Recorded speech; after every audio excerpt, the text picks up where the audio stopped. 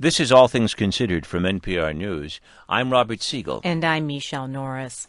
Boston had the first subway in the United States. New York has the largest. Cincinnati's is probably the quietest. That's because in more than 70 years of existence, the Cincinnati subway has never carried a single passenger.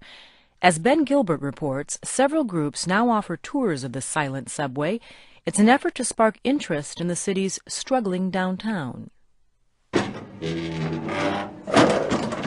What's your step? The wide stairway leading into the largest of Cincinnati's 3 subway stations is surprisingly intact, not unlike the rest of the dark, cavernous, concrete complex of tunnels. This is a place seemingly frozen in time.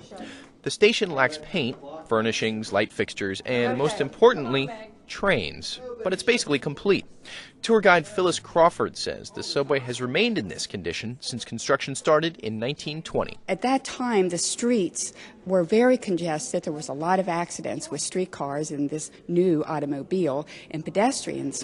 By 1927, contractors had formed 2 miles of tunnels to alleviate the congestion. But the project burned through $6 million, the money ran out, and ultimately, one of the nails in the coffin becomes the car because people got very used to using their cars and we don't really have a need for that now. Let's move on to other modes of transportation. City leaders put the project on hold in 1928. Then came the Great Depression and then the Second World War. By 1950, the subway plan was abandoned, and the city's $13 million construction debt wouldn't be paid until well after astronaut John Glenn had orbited the Earth. Above ground, buses now tread the path of the old tunnels, and some people in Cincinnati are surprised to hear that the subway even exists. Subway? I ain't seen no subway around here. I seen a lot of buses and transportation going. I ain't seen a subway yet. That's Charles Flanagan, who's sitting in Fountain Square, 9 blocks from the abandoned tubes.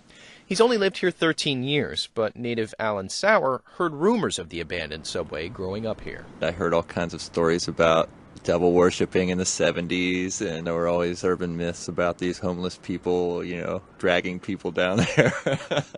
But some of the bizarre stories about the subways aren't just rumors. Real proposals for utilizing the abandoned tubes include a Cold War fallout shelter, a wine cellar, and a wind tunnel for the University of Cincinnati. Our original idea was to stage a small music festival underground. That's Barry G., who helps organize tours of the tunnels. He says there's something symbolic, magnetic, and distinctively Cincinnati about the old tubes. We do have these sort of oddball things here in Cincinnati that are unique. Jerry Springer was our mayor. We have an abandoned subway. There's a lot of these little quirky things that kind of make it a unique place. G says there are 2,000 people on the waiting list for his tours. What'd you find? Good stuff. Back down in the tunnels, tour guide Phyllis Crawford imagines a day when the subway just might run. When I'm down here, I listen real hard because I think maybe that is the sound of the subway coming. Yeah, it's right on time. Look at there. I'm a dreamer.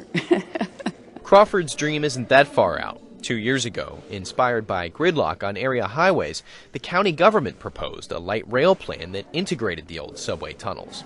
But the prospect of a steep tax hike to pay for the plan spooked most voters, and they defeated it by a 2-to-1 margin, meaning the only thing moving through the subways for years to come will be tour groups viewing the unfinished project. For NPR News, I'm Ben Gilbert.